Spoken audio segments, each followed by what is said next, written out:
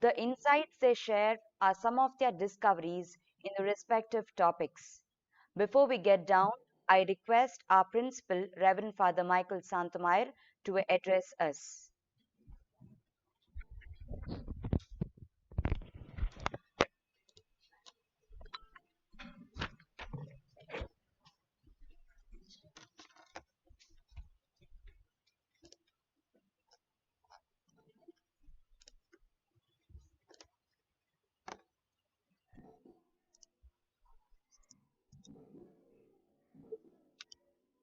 Hi friends, greetings from Milagris College, Mangalore.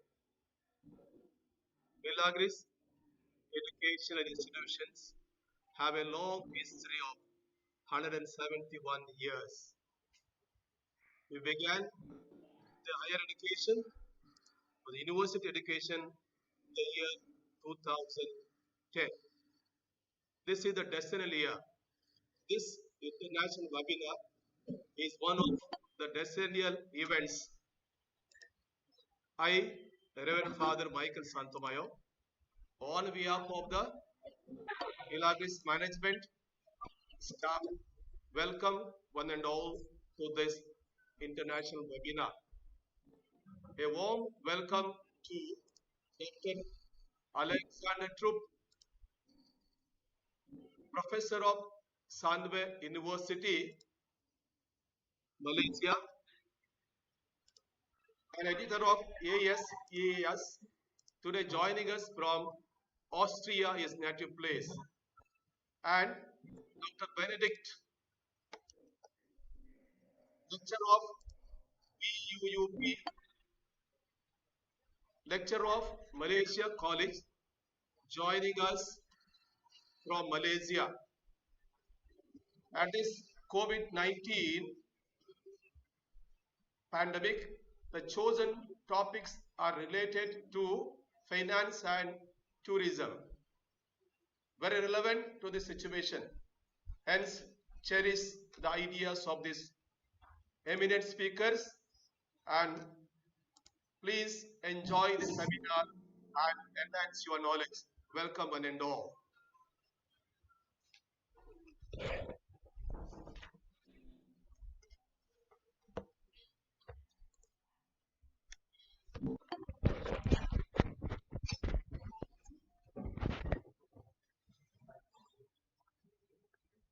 Our first session for today is tourism.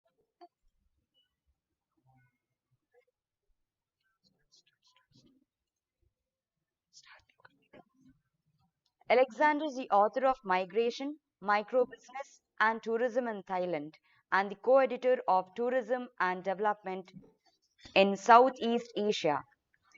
Sorry for the inconvenience because of the technical glitches. A warm welcome to you, sir. Kindly adjust because we have a little technical issue, so please adjust and please bear with us. Kindly do not panic if you have any glitches. Please try to be with us and do not leave the session. So over to Alexander Trupp.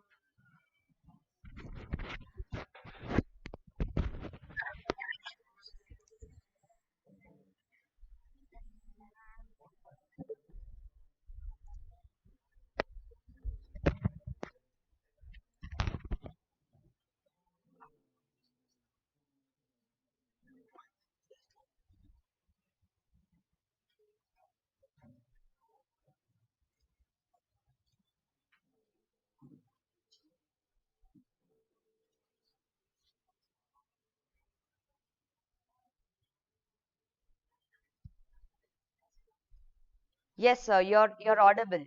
You're clear as well.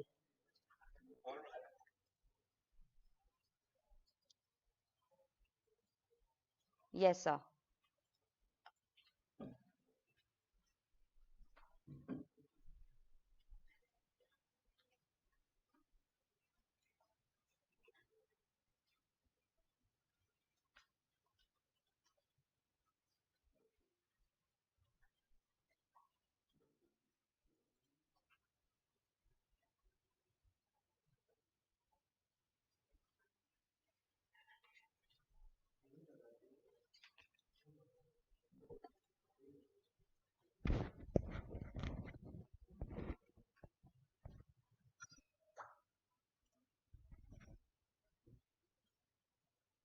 Streaming.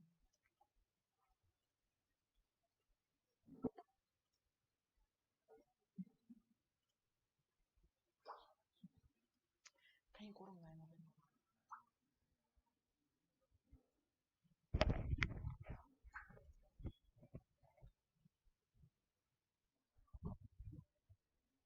Not yet, sir. Yeah, it's starting. Yes, sir. Yes, it's visible. Yes, it's visible. You can continue.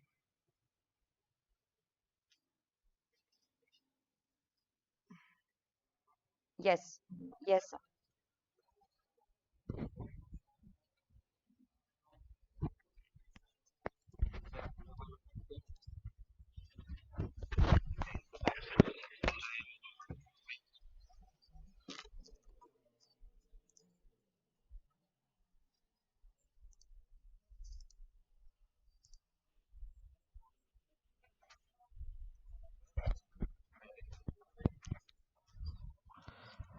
Sorry for the interruption, sir. Sorry for the interruption. I kindly request all the participants to kindly mute their mics. I can see many people not muting their mics. It's causing a disturbance here. That is Geeta Bhatt and few of them are not. Kindly request to mute uh, so that we can move ahead with the webinar easily. Thank you and sorry for the disturbance. Sir, over to you.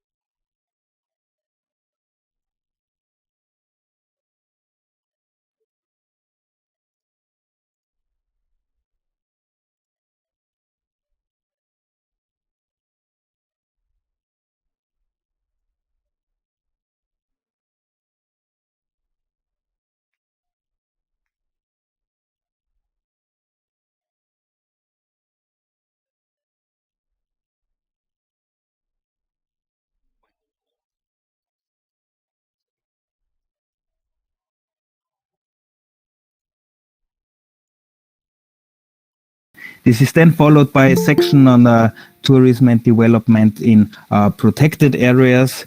Third, a section on tourism development and how tourism impacts local communities across the region. And finally, we are looking into broader issues of tourism and governance.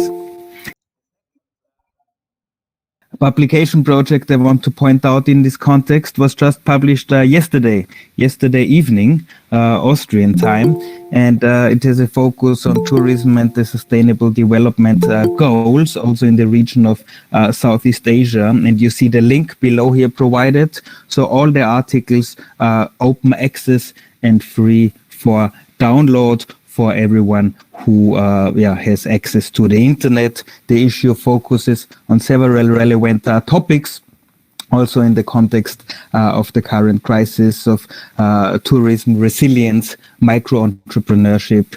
It talks about the role volunteer tourists may play as part of a development agenda, and it looks into issues of domestic tourism as well as language use in community-based tourism settings. All right, just to mention, as these works have been involved in quite heavily over the last few years, are also a founding part of my presentation today. Yeah, for a start, I mean, right, when we refer to development, what do we actually mean, right? Development is a quite broad term, sometimes contested, ambiguous, right? It may depend whom you ask. Right. For some people, development mainly refers to economic development, income-related indicators, or tourism's contribution to the GDP. Right. For others, maybe social indicators in terms of more general well-being or cultural dimensions. Right. The maintenance of cultural tradition, performances and so forth could be debated too. So indeed, we have different definitions of development, which of course can be debated from different angles, but one would most likely agree that as a broad concept, development is encompassing or including these different, though overlapping dimensions, such as economic development, as I said, relating to wealth creation, or maybe also to access of resources. We can refer to social development, think about gender equality or participation in tourism projects. We can link it to cultural dimensions, as we said, the strengthenings of custom or of cultural identities. We may also link it to political dimensions, the importance of human rights, the importance of good governance, and finally the importance of environmental or ecological dimension. These are questions about the protection or the conservation of nature, of wildlife, and especially our responses to climate change, which is one of the biggest global challenges we are facing. Right?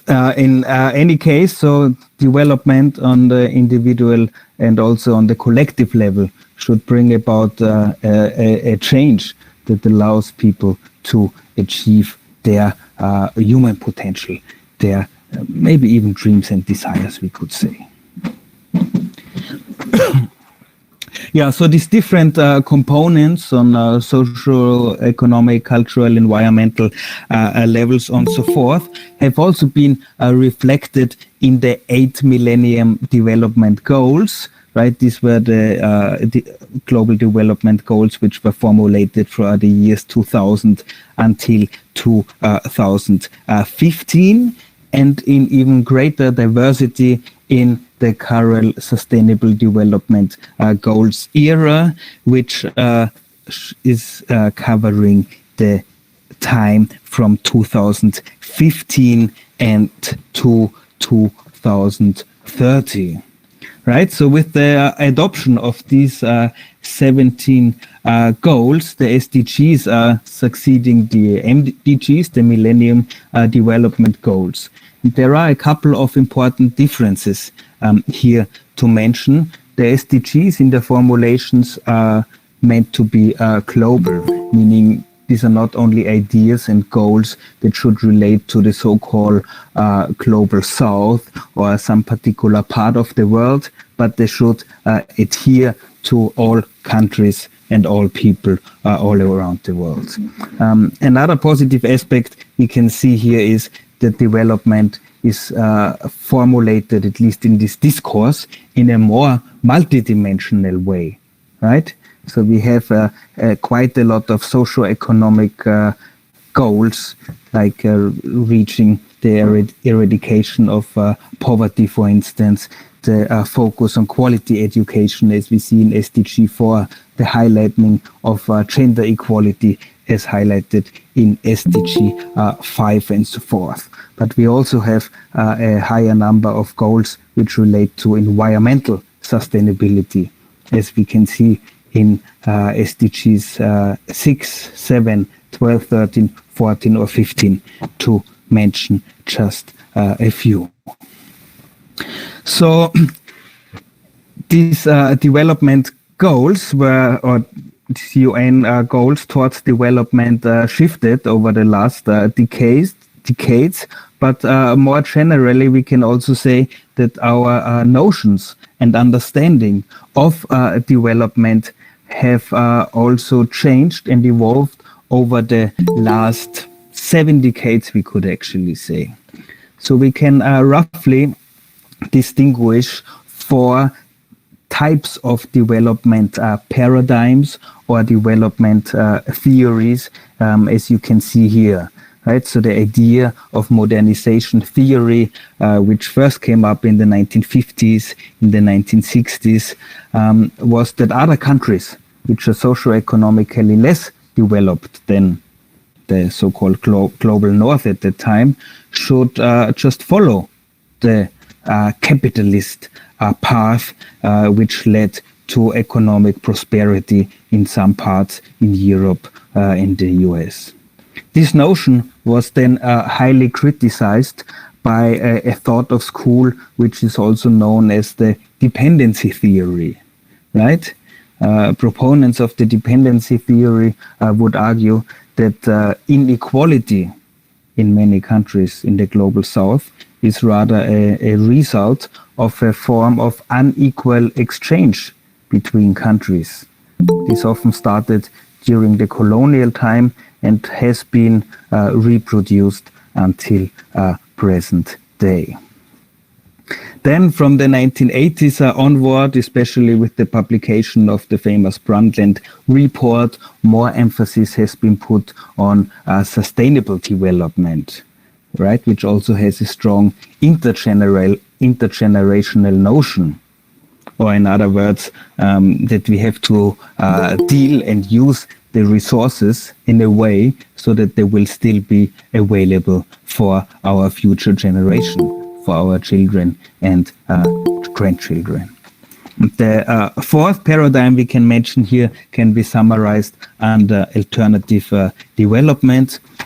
This is where many of the Western connotated notions of development are being questioned, and a more bottom-up grassroots approach of development is advocated. All right, but what has this all to do with tourism? So where are the linkages here between these theoretical components and tourism? Let's have a brief look through these 4 lines of theoretical inquiry. Right, modernization theory, we can argue, has linked up with tourism already in the mainstream of development thinking by the mid of the 20th century.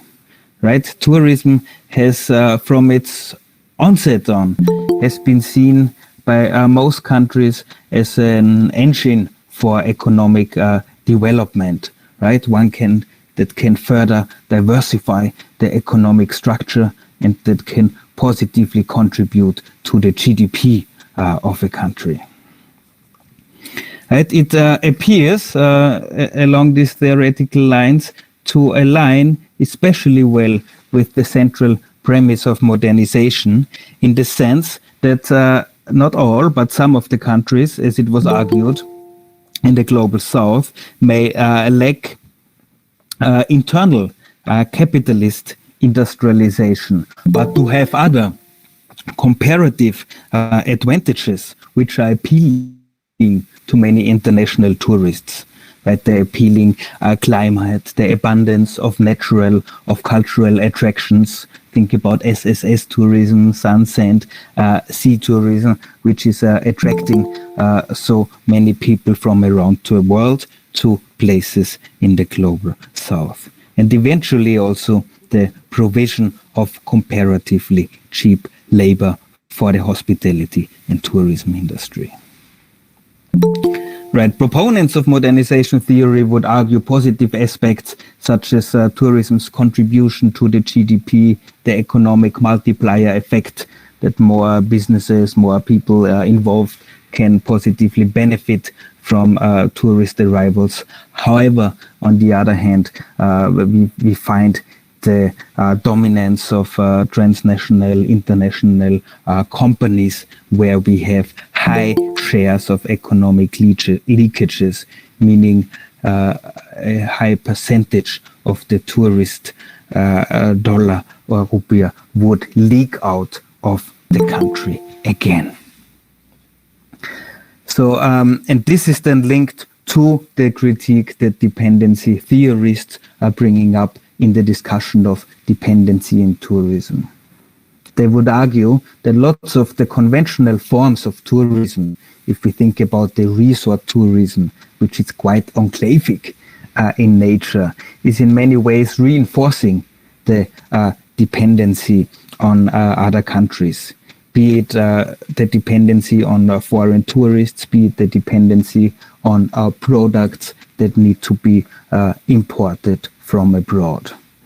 And maybe this is an issue many destinations now clearly see during this COVID-19 pandemic, right? Countries which were strongly dependent on foreign tourists only, and whose economies in the form of a monoculture strongly depend on tourism, suffer even more than countries who may have a more balanced tourist base, where domestic tourism, for instance, plays a role.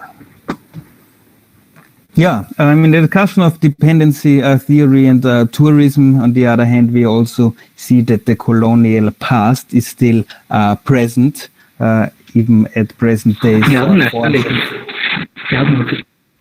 of tourism, partly if we think about infrastructure or even some of the hill stations, right? Be it in India, be it in Malaysia, which also became domestic and international tourist attractions, right? And finally, we can also refer to post-colonial representations of different cultures who in this context are often being portrayed as pre-modern, right, to satisfy the tourist gaze of Western or also other types of Asian tourism. Right, so from dependency theory to sustainable development and tourism, right? So the idea of bringing together the concept of sustainable development and the general concept of tourism leads us to concluding definition of sustainable tourism as suggested by the UNWTO, the UN World Tourism Organization, who said that sustainable tourism is a form of tourism that takes full account of its current and future economic, social, and environmental impacts, while addressing the needs of visitors, the industry, the environment, and the host communities. So you see there's an attempt to give equal weight to the different stakeholders of the industry, the tourists, and the local communities. So over the last years, we also saw decades, we can say meanwhile, we also saw the development of many different subforms of sustainable tourism, which in many cases overlap, share a number of similarities, but also show certain distinctions, right? You probably came across many of these terms, and we don't have time to go into detail to all of them. But pro-poor tourism, for instance, right, is a form of tourism that particularly should benefit those who are most marginalized in a tourism setting.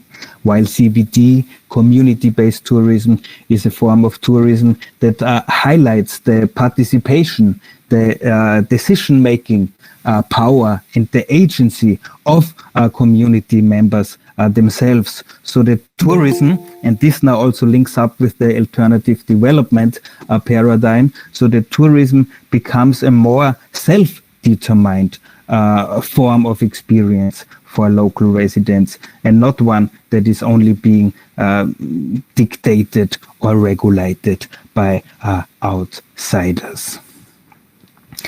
Yet it has been criticized, or not criticized, but stated, especially in the Asian context, that we have a bit a lack of a critical debate of what may be a more Asian-driven tourism development, particularly from local and indigenous researchers and communities' perspective could look like.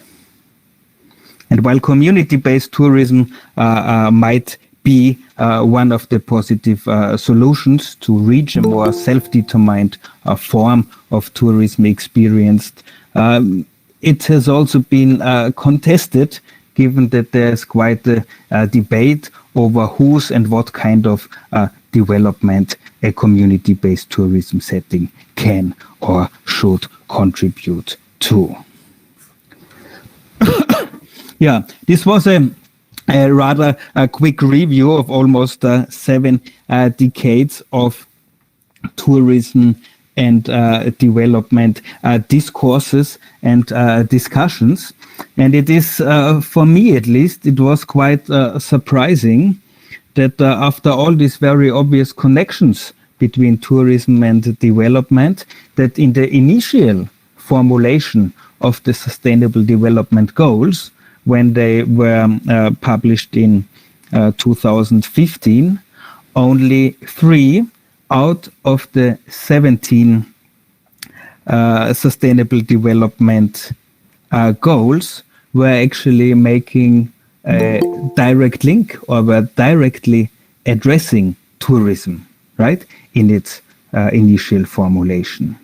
And this can be found in SDG, Sustainable Development Goal number 8, focusing on decent work and economic growth. Hereby the target was by 2030 to devise and implement policies to promote sustainable tourism that creates jobs and promotes local culture and products. In target SDG 12, focusing on responsible consumption and production.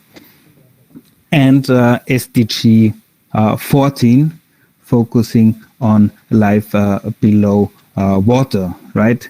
Also indicating the economic benefits, especially, but not only, to small island developing states, to coastal areas where the sustainable use of marine resources, fisheries, aquacultures, and similar ones can be used for tourism purposes. We'll show later that indeed we can draw many more connections also to the other remaining 14 goals. In our recently published book on tourism and development in Southeast Asia, we started with a kind of a mapping exercise, since we were interested in the status quo of conducted research on the topic of tourism and development in Southeast Asia. And let me in a second explain you how we work to come up with this mapping exercise. Before that, just have a look at this chart, which is showing the development of the different countries within Southeast Asia from 1990 to 2018. So until the time just before COVID-19 hit these and all other countries in the world. We see a very dynamic tourism region of almost 130 million international tourist arrivals, where it is strongly dominated by two countries within the region, which are Thailand and Malaysia. However, another very general characteristicum of tourism is that it develops unevenly, not only within the region, but also within countries. Right? For all of these countries, we find tourism centers where we have a strong concentration of tourism activities, of the accommodation and transport sector, which in recent years in many destinations led to forms of over-tourism, while other parts of the country are hardly visited at all because they didn't make it on the marketing map or on the trail of international travelers. Yeah, but back to our analysis, right, of tourism and development in Southeast Asia, which can also be applied in a similar fashion and mode to other regions.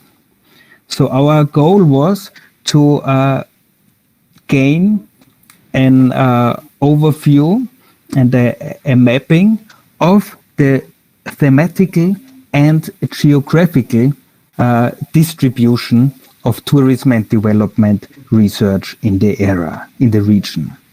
So what did we do? Based on our research aim, which I just mentioned, we identified various search terms.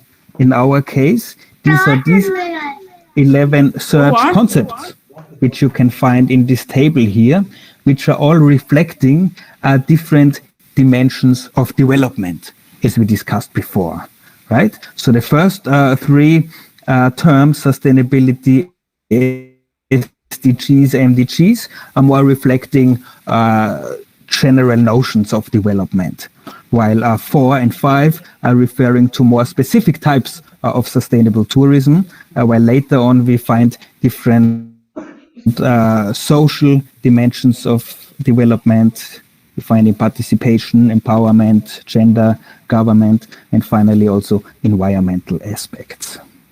So we were then using these keywords for each of the 11 countries in the region, and we're searching to what extent these key concepts were found in the title, in the keywords, or in the abstract of these publications. And we searched the Scopus database. Scopus, right, is one of the important scholarly scientific databases from the year 2000 until June 2019. This was the time when the research needed to be completed. So covering the area of the MDGs and the SDGs. So what did we find? I think it's quite interesting, because it shows a couple of things. It shows first that those countries, Malaysia and Thailand, and to some extent Indonesia, which are most frequently visited by tourists, by international tourists, are also those countries which received most scholarly attention, right? Where most publications about tourism and development are available. While other countries where tourism just started in the 1990s, including Cambodia, Vietnam, Myanmar, among others, received a less scholarly attention. So there are quite some differences in the geographical distribution of research interest. In terms of thematical contribution, I find it stunning that we see evidence of growing interest in the overall topic and term of sustainable development and sustainability in general. As you see, this has been highly covered by many of these countries. However, none of these altogether more than 1,000 publications until June 2019 made a direct linkage between the sustainable development goals and any of these particular countries. So this is definitely a lacuna, a gap in the existing tourism and development discourse. What else do we see? We see that certain subforms of sustainable tourism, including CBT, pro-poor tourism, received quite some attention, while topics related to environment, ecological impacts, governments, empowerment, and even gender, not that much.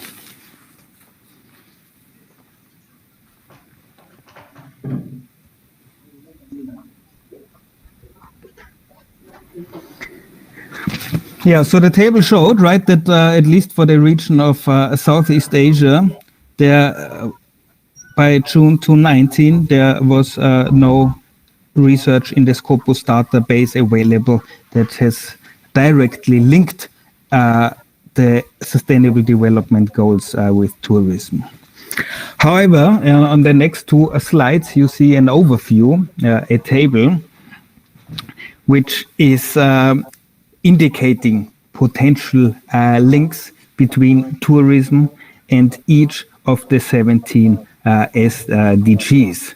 And indeed, by end of 2019 and mid 2020, we found a couple of articles, especially globally, that started to look into this very important interconnections between the SDGs and tourism, right?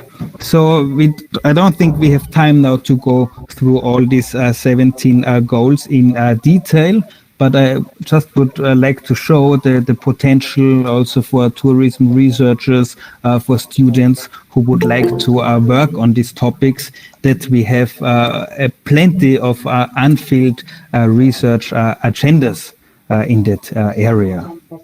Right, the connection between tourism and SDG, for example, on tourism and ending poverty, right? One could look into forms of pro-poor tourism, clearly aligned with the targets and indicators of SDG 1. One could look into forms of micro-entrepreneurship, especially in the context of a crisis as this one, or crisis resilience, how this would work out in a during and post-COVID area. One could further study job creation or loss situations of crisis at community level. Right. You also see that some of the SDGs, like SDG 3 on this page, 7 or 9, has hardly received any scholarly attention. Ensure healthy life and promote well-being for all at all ages. We may think about how governments can reinvest of tourism earnings into health infrastructure, or we may even look into different forms of medical tourism, right? Or maybe some volunteer tourism projects contributing to local medical facilities, just to give a few examples of this very, very broad research agenda, which can, and in my opinion, should be further built up in the upcoming years. Yeah, this is part 2. As I said, it's a very long list, and we don't have time to go into all the details here. But this is the second part of SDGs, from SDG 10 to 17. Again, we have on the right side a number of potential policy, research, industry links, which, in my opinion, needs to be further investigated also on local levels.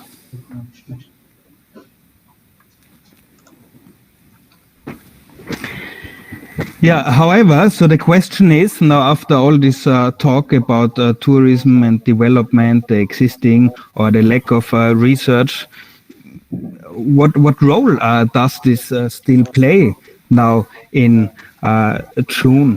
July 2020, when it seems that we are just about to, or that we already have experienced the end of travel and tourism as we know it.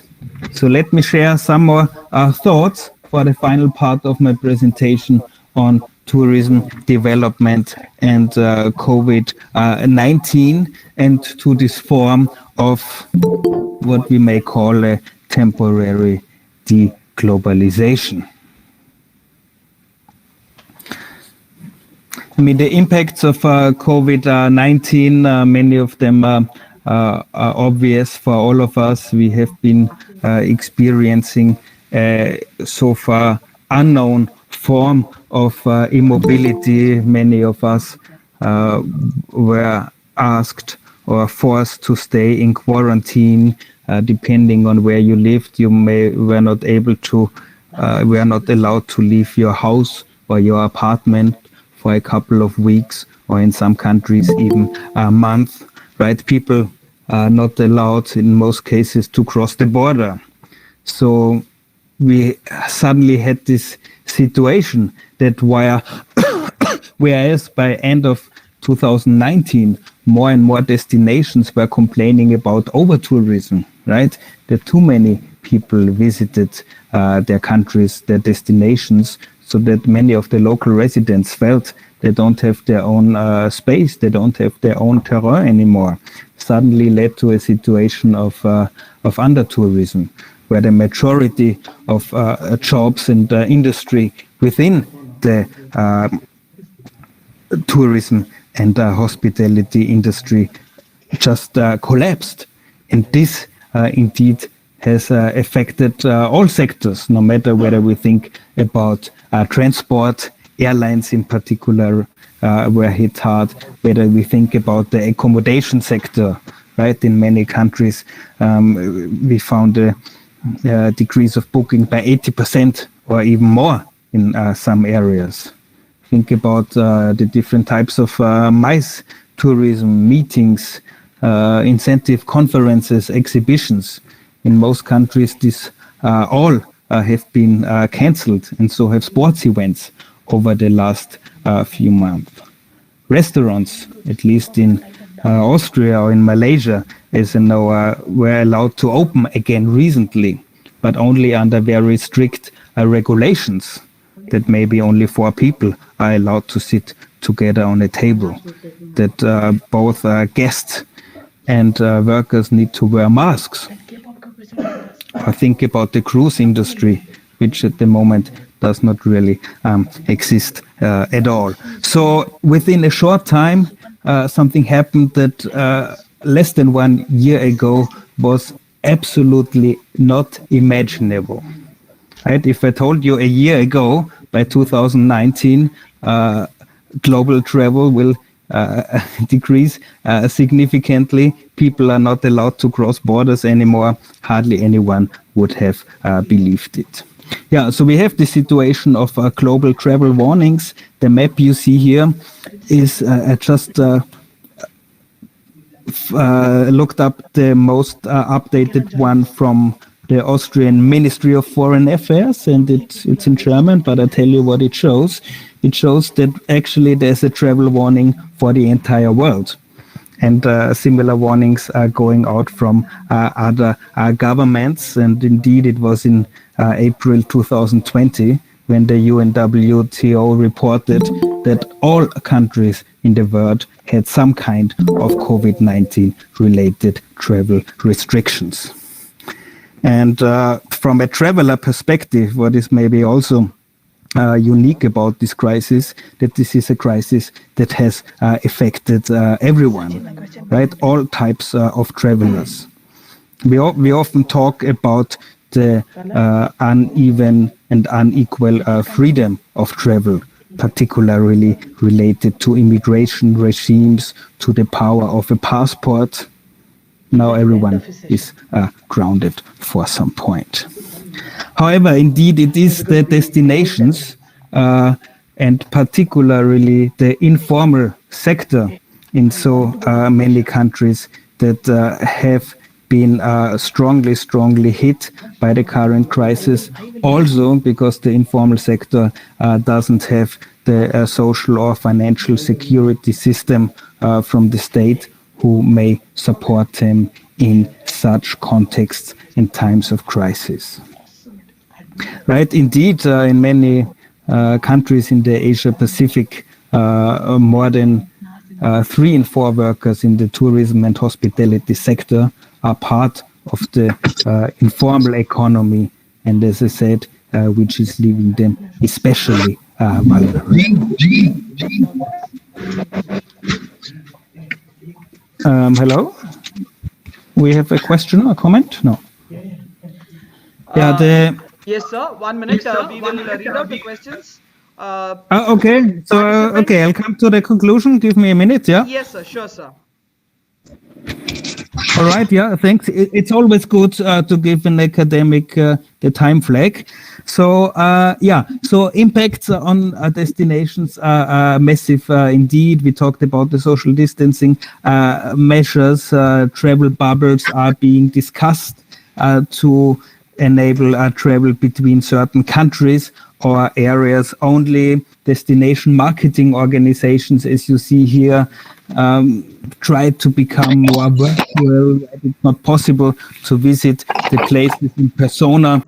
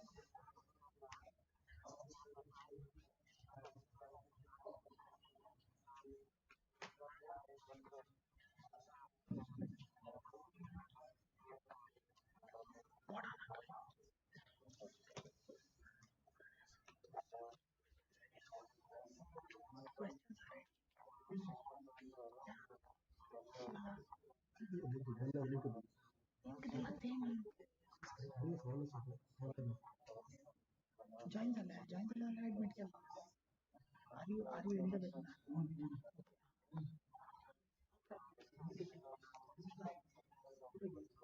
Finish.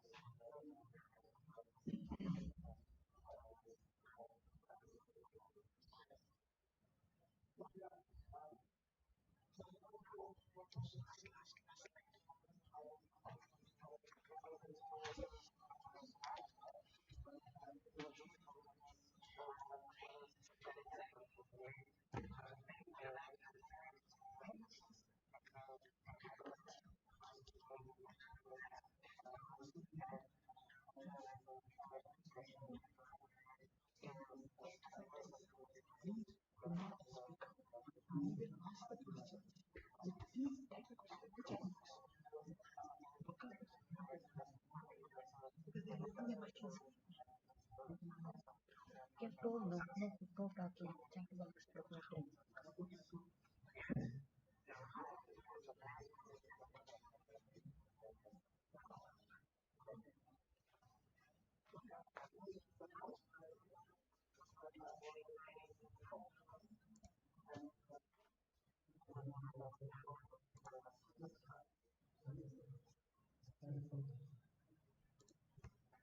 Thank you, sir, for that very elaborative presentation of yours.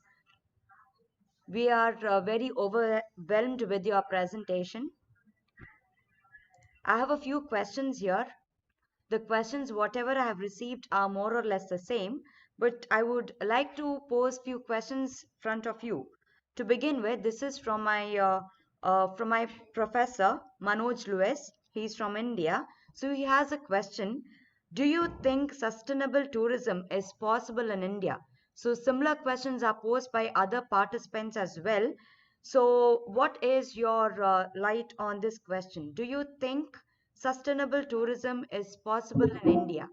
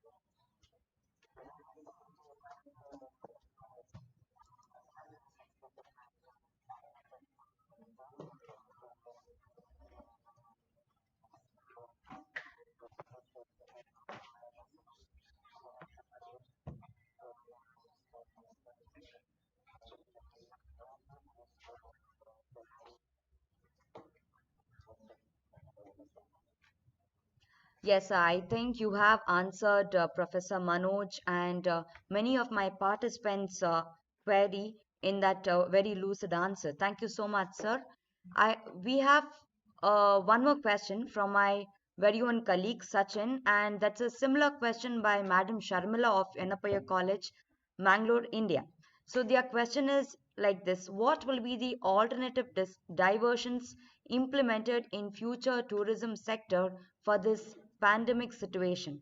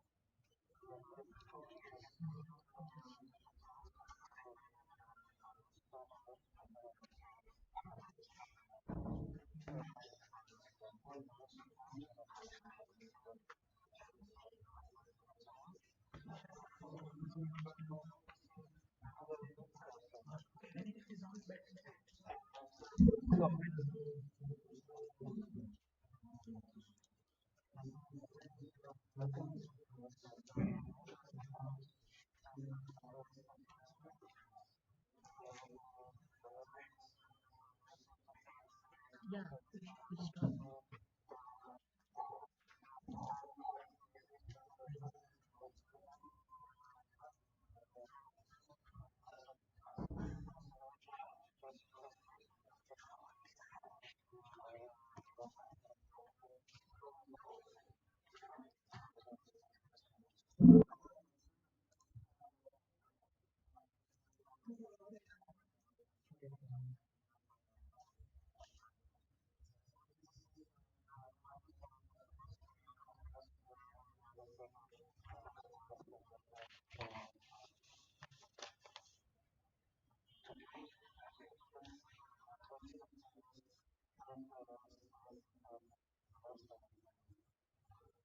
Yeah, thank you. Yes, sir. Yes, sir. Thank you so much. So I expect and I'm sure that you would be staying for our second session. I'll stop with the queries now as we have a second speaker already waiting. All right, thank you. I'm happy to stay on, of course. Yes, thank you once again, sir. So to So I will deliver mute our my microphone. yes, sir. To deliver our second session, Navigate Financial Crisis During this Pandemic, we have Dr. Benedict Valentin Arulanandanam. Dr. Benedict has been in the Malaysian corporate arena for more than 2 decades, spanning from manufacturing, education, biotechnology, and banking industry. In the academic field, he has close to 12 years of experience conducting lectures and seminars. He embarked upon his Doctor of Philosophy with University Putra Malaysia, Putra Business School. While serving with the local bank in the capacity of a head of the department, Dr. Benedict completed his PhD in Management and Finance. Dr. Benedict now serves as a senior lecturer of Victoria University, Melbourne undergraduate program with the Sunway Education Group in Selangor, Malaysia. Apart from his publication, Dr. Benedict has also co-authored several manuals in financial planning, conducted talks on financial management and taxation in several institutions of higher learning in Malaysia. He has special interest in financial management, financial literacy, corporate governance, ethics, corporate anthropology, economic sustainability, leadership, and corporate social responsibility. A warm welcome to you, sir, and I now request you to take up the session.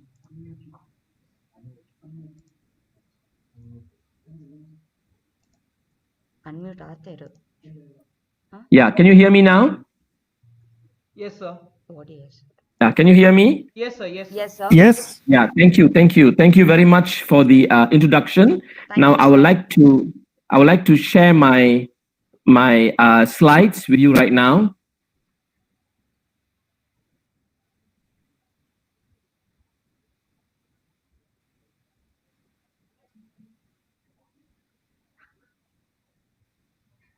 Just give me a minute. No issues.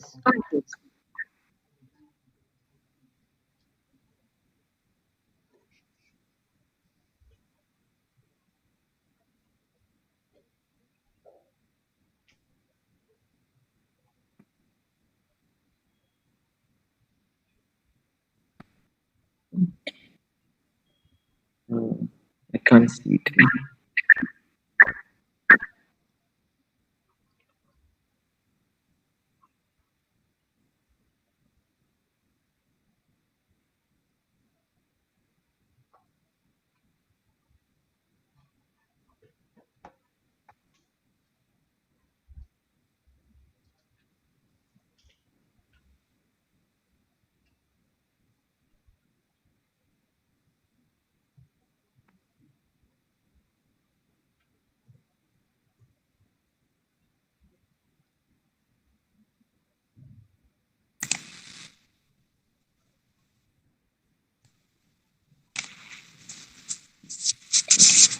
Yeah. Present now, right? Yes, sir. Okay. But it. Entire screen.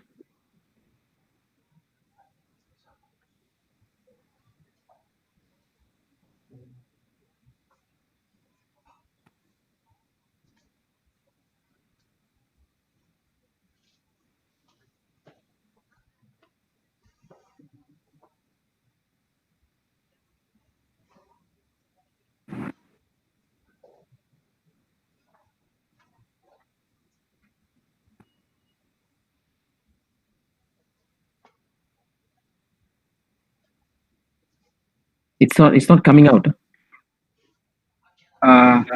Denzel, can I help? Yes, sir, Manoj sir, please. Dr. Benedict, if you can click on present now, Yes. your entire screen, Yes. then click on your picture, sir, which is not clear in the center, then share. Click on the picture on the screen in the center, then it will be visible. Yes, sir. Thank you, Manoj sir, for your assistance. Rest is yours, sir. You can minimize and you can use. Yeah, but my slides. No, you can minimize your that screen which is there, and you can use your computer. Your computer screen is visible to us. Okay. So I can. Okay, I'm going to click now. Can you see this? Yes, sir. Yeah, can you see this? Yes. Yes. Yes. Okay. Right. Very good afternoon to all of you. Thank you so much for coming. I'm just going to share on this particular topic on the navigation of financial crisis during the pandemic. And we all know that the whole world now is sort of going through, and some of them are coming towards the end of the tail of COVID-19. I've been just doing a little bit of research on this area, and I just managed to find the relationship or the correlation that exists between pandemics across the globe over the last several centuries, and how is it related to basically to the financial crisis that is involved. And if you can see from this particular slide, and you notice that in most of these pandemics, there was some attachment to financial crisis. For example, Spanish flu and even the H1N1 swine. Of course, we all may agree that there has to be some kind of an economic implication whenever there is a particular pandemic, because basically you have to do with demand and supply. And furthermore, and like, for example, I'm just sharing some graphs from 2006, a research done by Heyman. You notice that this pandemic sort of travels all over the world. And you notice that in each of this particular area of where the pandemic has caused financial challenges, right? Even the polio spread in much part of Africa and in Asia. But I just want to draw just one particular example in 1832, when the entire New York City was in a standstill, right? And what caused this particular panic? Of course, it was a plague, but it caused a panic in basically where people were very much uncertain about the even the daily provisions, like what you see in parts of the world during COVID-19. And you notice that people were fearful, so there is a decline in economic activity. People just went into the basic necessity, that's all. And employees were even sick, and some of them, they couldn't go to work, hence productivity declined. And of course, the lack of healthcare and the healthcare facilities. Now, even with current COVID-19, we all see that there was a great realization in many parts of the world, the state of healthcare. Even advanced nations were having problem during the initial stages of COVID-19, where they noticed that they are so insufficient in many areas within the healthcare industry. And you notice that there is a contagion effect. What do I mean by contagion? It starts to spread. There seems to be a rhythm. There seems to be a particular pattern where you find that whenever there's a pandemic, there is a link during in the areas of finance or in the areas of economics. But then today, what I'm going to share with you, I'm going to share with you something different, something much deeper, something perhaps we may not has perhaps come to mind, or perhaps some of us may have sort of came across this but really did not pay much attention. But there is now, in every pandemic, in every crisis, there is a sort of like a light at the end of a tunnel that wants us to change our paradigm from linearity to a non-linear paradigm. Now, as I go along, I will clarify this particular matter. Because of our approach to various pandemic, it has been a very linear approach. If you were to go into research in these areas, you notice it was very linear. We have a problem, we have a pandemic, we find solution for that particular disease, for that particular plague, that's all. And we move on, right? We move on. And then do we really look at a holistic impact? No. Why? Because countries really are just waiting to get back into the economic cycle because of unemployment and, of course, in terms of GDP growth. So what happened? A linearity or the cause and effect action is basically taken to address. Nothing wrong with that. We have found that so many pandemic, it has gone through a linearity approach and we have solved it. But unfortunately, this has caused much issues in other areas. And I will come to that in a moment. What does World Bank says? World Bank says that basically it is a contagion effect spilling over a greater degree of geographical area. And also we noticed that the word contagion was only used after July 1997, basically after the Asian financial crisis. And you notice that it spreads beyond a nation. And you find that people behave like a herding attitude. And you find words like ripple effect. Later I will share a research by Goldwell, Malcolm Goldwell, on tipping point, where it talks about the butterfly effect. And also you notice that there's numerous asymmetrical information, and you find that it has sort of spilled over to the regions. I remember in the 1997, you find that the Asian financial crisis began with Thailand, and then it spread across the entire Asian region. Right, and you notice that it has caused a butterfly effect. It has caused many countries in Asia facing one of the greatest crises ever in the history of the Asian economic world. And you find that contagion effects reflects on investors' behavior. The investors start to behave differently because of fear.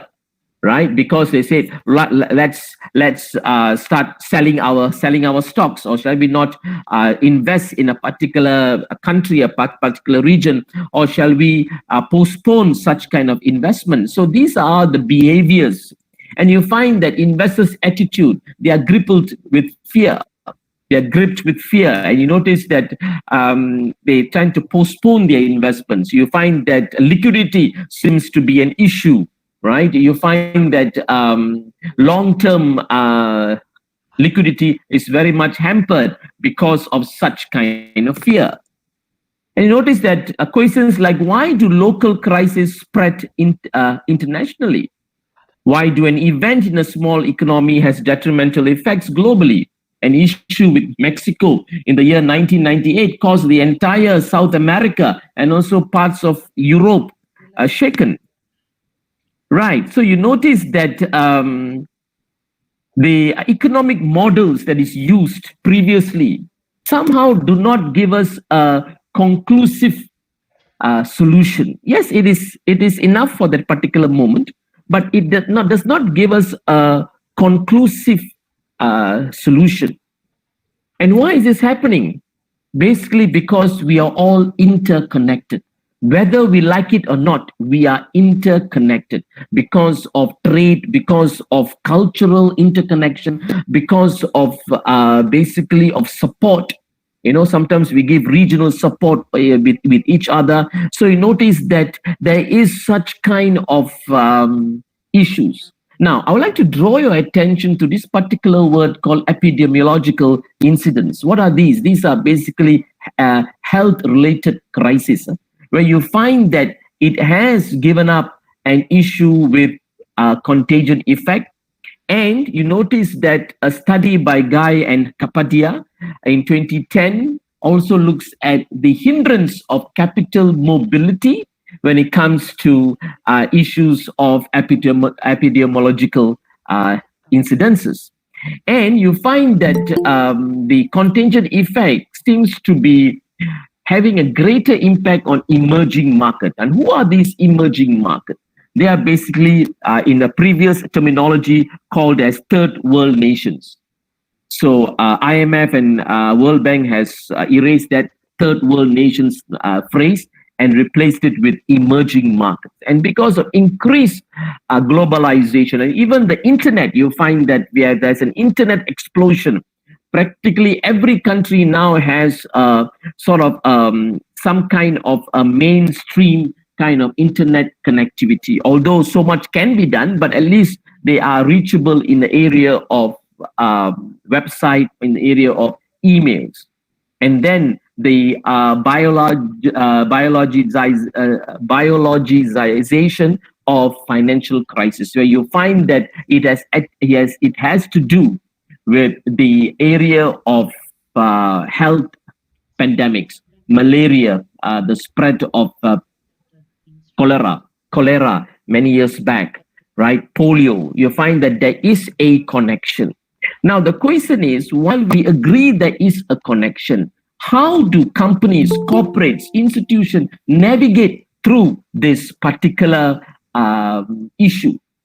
Well, you find that jobs, even during this COVID-19, many jobs has been lost, right? Companies are slowly getting back to normalization, but there's still a lot to do. This is, in fact, whenever there's a crisis, there is an opportunity. It is not supposed to be looked at negatively, because a crisis always has a shining star that is called opportunity. And that's where economies, corporations, institutions are to take heed of this opportunity. Because crisis happens to challenge us to think differently. Crisis happens to check ourselves. Is my company, is my organization, is my institutions ready to change the way we do things? So change is inevitable. And you notice a very good example. You find that many institutions, either in Malaysia or in rest of the world, they are not really ready when COVID-19 came. They were asking questions like, how do we get our student numbers? How do we conduct classes? Our platform is not ready. Is this online learning, is it really effective? And will it draw students' interest? Will parents continue to send children to our institutions?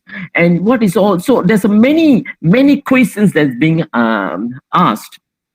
And you find that because of that it requires a paradigm shift. Crisis will happen. In future, crisis will be something of a norm that happens every 2-3 years or every 5 years. Are we going to draw back and tell to ourselves, let us wait for post-COVID so that we can go back to normalization? Are we going to wait and say, look, COVID, yes, fine, it all happens once in a blue moon, and let's wait for post-COVID or post-crisis to get back to the normal ways of doing things? Well, if we go back, we are, in fact, going through a traditional concept. It's nothing wrong. It works at that time. But now it means a new paradigm shift, where organizations, where companies go to explore how do they maintain liquidity strength? How do they choose what sort of investment to place during crisis period? Right? And you find that studies by Brain Hartnett and Sager 2003, you notice that they have used, for example, I noticed that many organizations, the moment COVID-19 came, this is the reason why I'm sharing COVID is because it's so much connected to us, right? And companies started to cut wages. And now the question is, are you supposed to do that? And when I asked companies, and they said that many of the directors of the company say that, look, this is just a precaution in case of the pandemic were to continue. Well, the question is this the first measure? Now, that measure is a good example of a traditional measure. A traditional action means you cut wages. But a non-linear approach is to look at your areas of retained earnings that you have earned over these years, the areas of where your strength lies, areas where even your workers' strength lies, and to look at how to increase productivity, look at how to increase revenue, changing the paradigm of doing business, changing even the way we do marketing and advertisement, and to enhance revenue during the period of crisis rather than cutting wages. Now, when I spoke to some of the directors, they said, look, cutting wages is the easiest thing.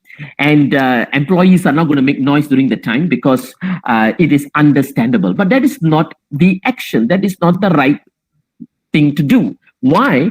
Because that means you're falling back to a linearity approach where the situation is a non-linear situation, but you're using a linear approach. Right? So it's like training somebody with the wrong tool, but to do a different job. But you're training somebody with the wrong tool. You're using wrong tool, but he's going to do a job that is a bit using different kind of scenario. So that means to say that your action towards this particular challenge is not the right approach. Right. And you find that the measurement of the effect of pandemic, of course, you have macro and micro. Well, macro will be, is it affecting our GDP? Is it affecting our employment? Is it affecting the interest rate? Is there a sort of a demand and supply coming in? Or is that an issue where you find that there is a lack of money supply, so you got to reduce interest rates to increase loans? But let me give you a very good example. That's what happened to many nations. They start to reduce interest rate. The base lending rate reduces. And during this area of COVID-19, thinking that people will take more loans and business will sort of pick up and business will start to take loans as well. And you'll find that there will be an expansion. Unfortunately, this did not happen. Although loans were cheap, but people and businesses did not resort to taking more loans. Why? It's because of the risk that is prevalent in the environment. Whether businesses can carry on, even individuals, why do I need to take a car loan or a housing loan where I'm not sure whether my job will be secured? So therefore, you notice that that kind of approach did not work. And what approach is that? That is a linearity approach. Thinking that if you press this button A, you have a B effect. But it did not happen in COVID-19. Banks are struggling now to survive. Why? Because loans have just dropped, although the interest rate is so cheap. It's so cheap. In Malaysia, is 2% base lending rate. In Australia, 0.5%. And in many countries, it is really very low. Now, that kind of scenario in a normal circumstances will inspire people to take loans, will motivate businesses to expand. But in this scenario, it did not happen. So therefore, a typical linearity approach did not help in a non-linear situation. Micro level, liquidity. People were afraid to spend money. Why? Because they don't know how long this pandemic will last. We are looking at more of a survivalship rather than even a 3-year expansion. During this time, many companies they have just shelved the idea of 5-year plan or a 10-year plan or a 3-year plan. They said, let us go through this phase before looking at a 5-year plan or a 3-year plan. And then again, short run demand and supply. We look like essential goods has gained, has garnered much demand. But what about other goods in other areas? Even shopping has gone down, fashion industry. You notice that even sale of luxury cars, the demand has dropped. So you notice that it has both the macro and micro effect. And during pandemic, what is important? Liquidity is important. Short-termism. Let's look what can we do today rather than what can we do even next week. And during this time, staff morale is at the lowest. Organizations must act to increase staff morale. But then sometimes we did all we can. We can't do anything more. But actually you can.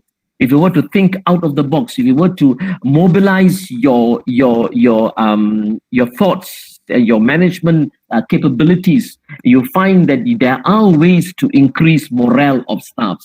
For example, send them for training. For example, online training. For example, you find that let them spill out the ideas, how to look at processes within the organization, right? Even for that matter, even in terms of institution, how do we address this particular pandemic? Like, for example, some institutions have come to me and I've shared this idea of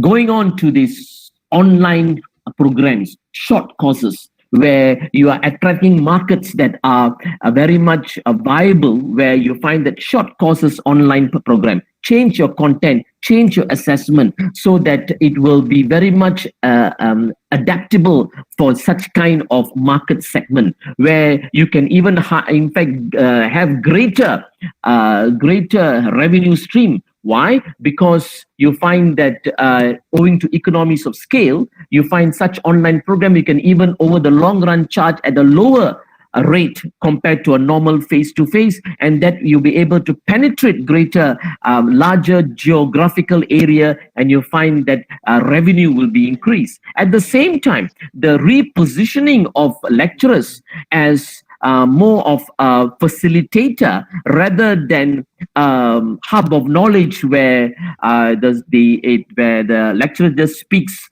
and students take down notes, but rather position the lecturer as a facilitator. You find that inspires independent learning, and you find that because it's an online mode, lecturers are able to oversee a greater number of students. Indirectly, you find that over the long run, your number of employment for academics will now reduce. Hence, you're reducing your cost.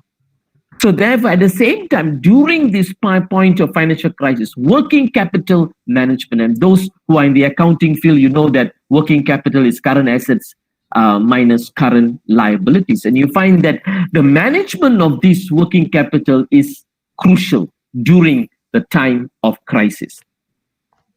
Now, one more thing, organization today, institutions today, companies today have to be very honest with themselves. You got to know what are your vulnerabilities. You can even have an influence diagram or a risk mosaics, whereby you able to identify what are the weaknesses in your processes, in your organization. Please do not put on a camouflage and say that we are the best and things like that. It is only the humble will be basically raised, right? It's not the proud. So you notice that we got to be humble and accept these are the weaknesses, and what can we do to address these weaknesses. And for each organization, it will be different weaknesses. In each institution, it will be different weaknesses. And this is crucial Because we don't be honest and address these weaknesses, we cannot find the right solution. And we cannot find also a long-lasting solution.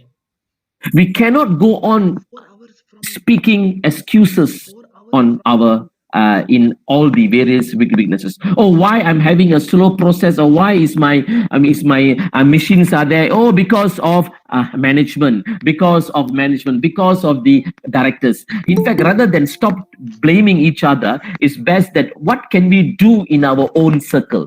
What can we do in my department? What can I do in my class? What can I do in my office? What can I do within the purview or within the reachable strength of as an individual? What can I do to overcome this weakness? Because again, in a we are living in a non-linear world. Although we are trying to make it linear, it is not working. We are living in a non-linear world. And therefore, when we are living in a non-linear world, every individual effect will cause a tremendous wave. Every individual doing their thing to address weakness will, in fact, increase the strength of the entire organization. It is not only the top bosses or the top people. Fine, they have a vision, they cascade it down, that's fine. But within our own capabilities, within our own world, right? How do we assess the risk level, short-term risk, long-term risk? Right, in terms of importance, what are the risks during this pandemic can be addressed? Many institutions like academic institutions are grappling with student number, right? Because parents are just postponing or deferring the entrance for the students during this time, because sometimes they said that, they're not quite happy with online. How do we address this? How do we reassure that online is as good as face-to-face? So these are the challenges that gives us the opportunity to improve ourselves, to improve the system, to improve our institution, to improve our the companies that we come from. Even students, for that matter. These are the moments where students will be inspired to have independent learning, right? To discover, to do their own research. That means when you are responsible for your own learning, actually you learn more than what the syllabus requires. We have so many testimonies where students practice independent learning, and you find that they come out even much more strong than, that getting all the information from the lecturer himself. Now, coming to linearity and non-linearity. In the financial world, we are always, over the past hundreds of years, we have sort of adopted a Newtonian kind of approach, or the Descartes approach. What is this Descartes and Newtonian approach? These are linearity approaches. And this has been going on in our system, in our management, in our finance studies, in our sciences over the last 450 years. And because of this, we are so comfortable because of this linearity approach.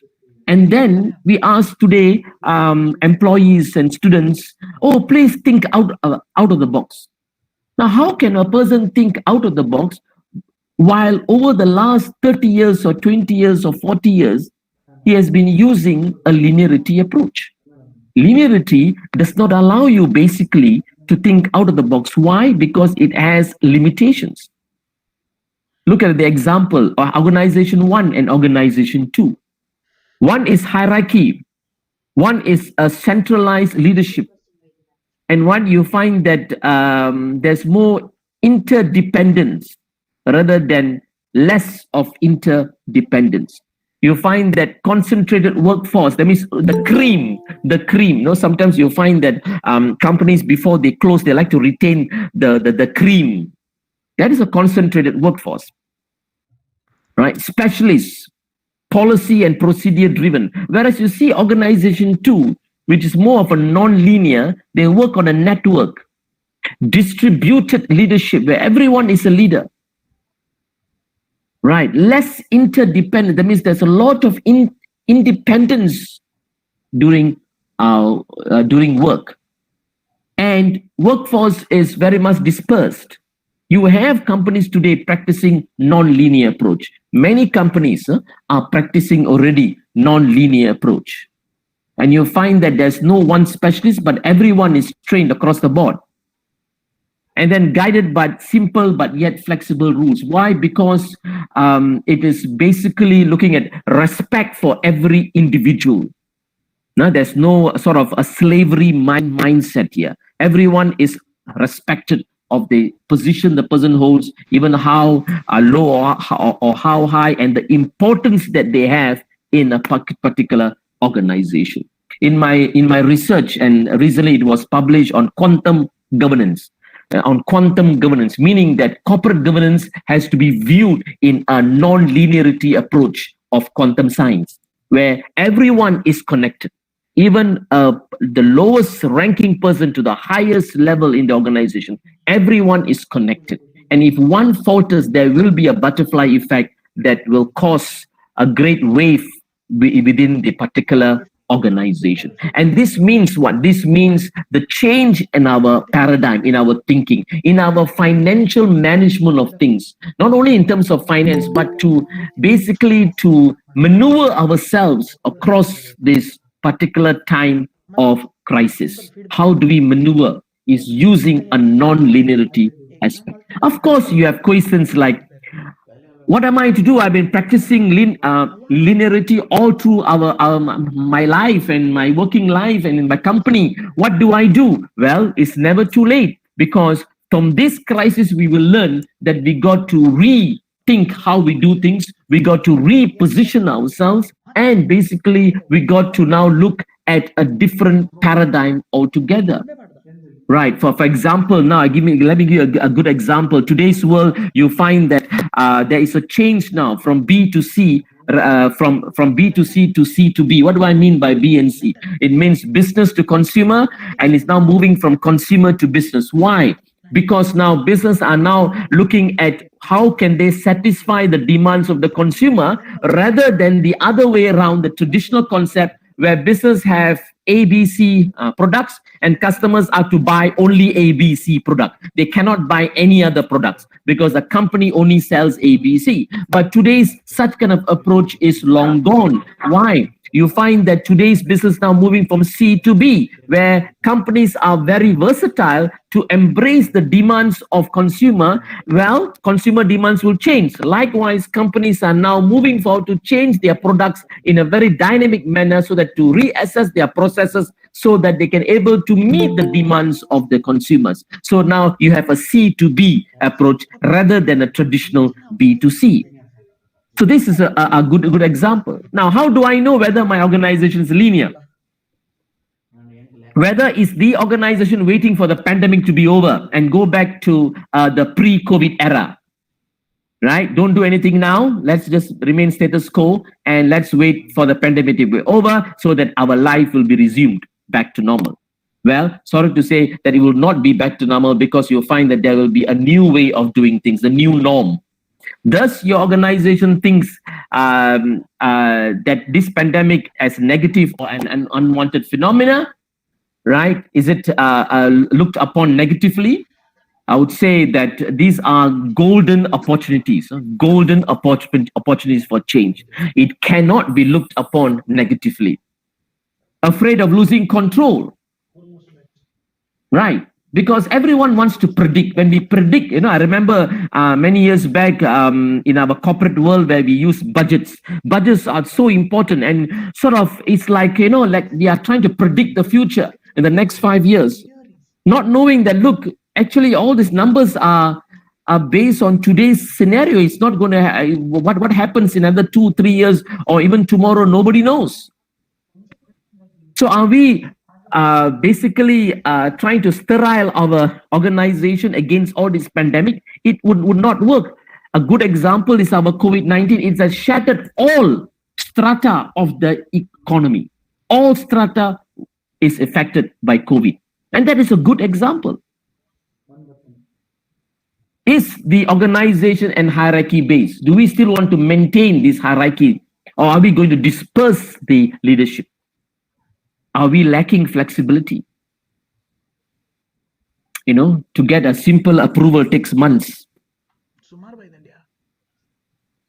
What is this non-linear business model? It is the key to interpret all complex phenomena. And this is crucial, where you find that companies and organizations, institutions are to challenge themselves. Are you ready to embrace this non-linear business model? That means you have to reassess your processes. You have to reassess your marketing. You got to reassess the way you do things. You got to really understand what are the consumer needs, who are your target market, and to make products that are suitable to the changing paradigm of consumer. Right. Digitalization is basically helps to further reshape this non-linear concept. There will be, you find that companies today are saying, let's reduce cost.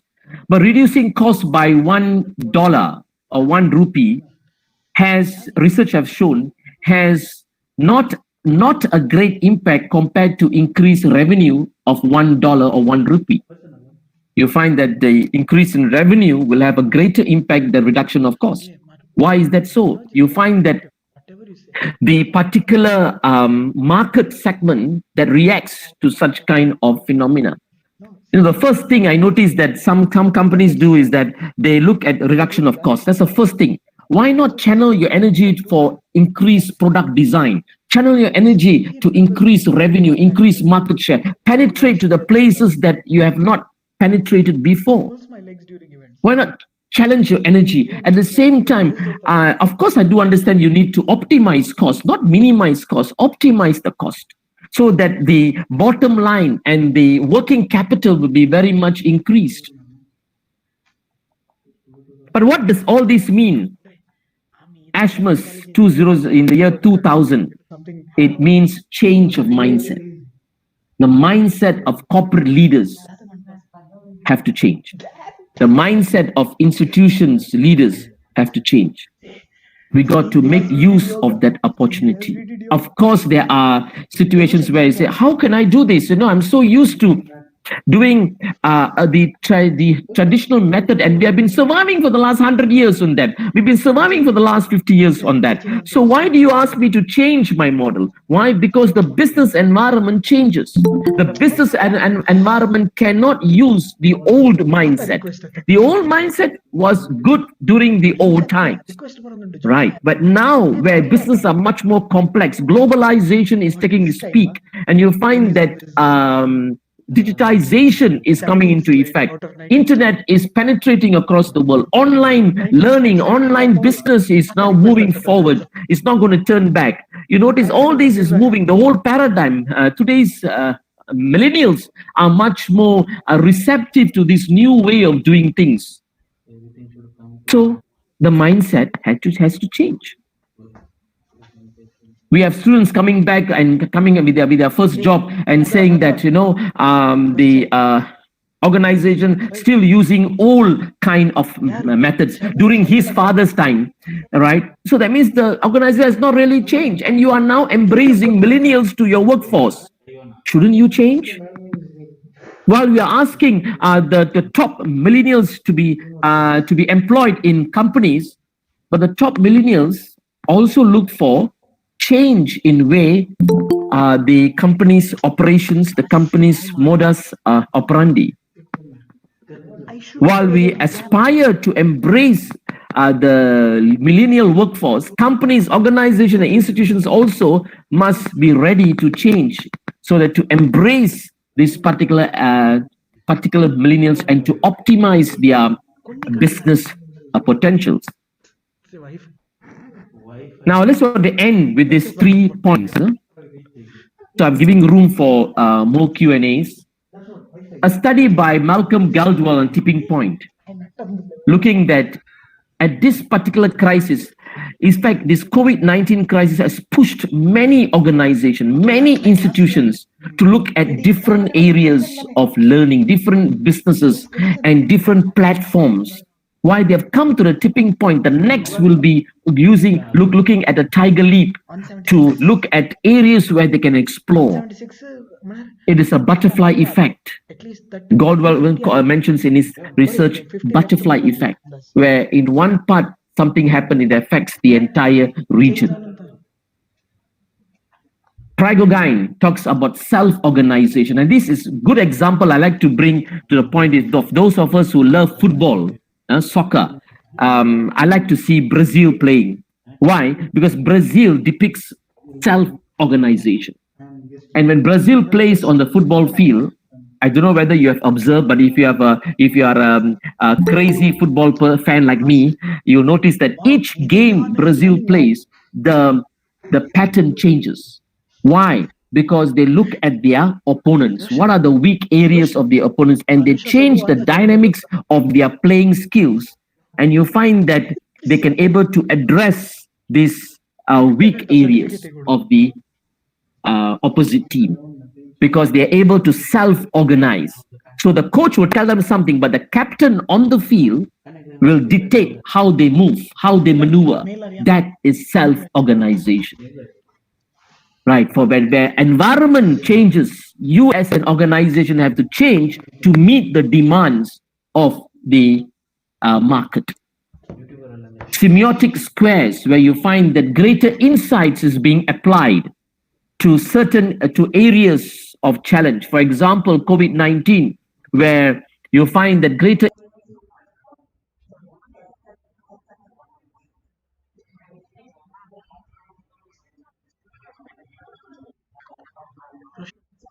YouTube आई कहता है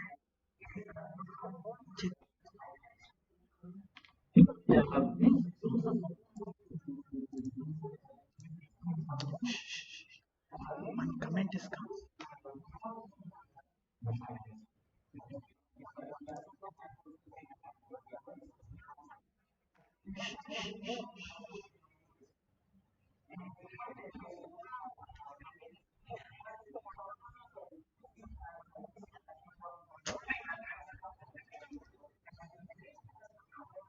choice but to embrace fintech, financial technology. They have no choice, because this pandemic has pushed them towards a tipping point where they got to now consider blockchain. They got to consider financial technology, fintech.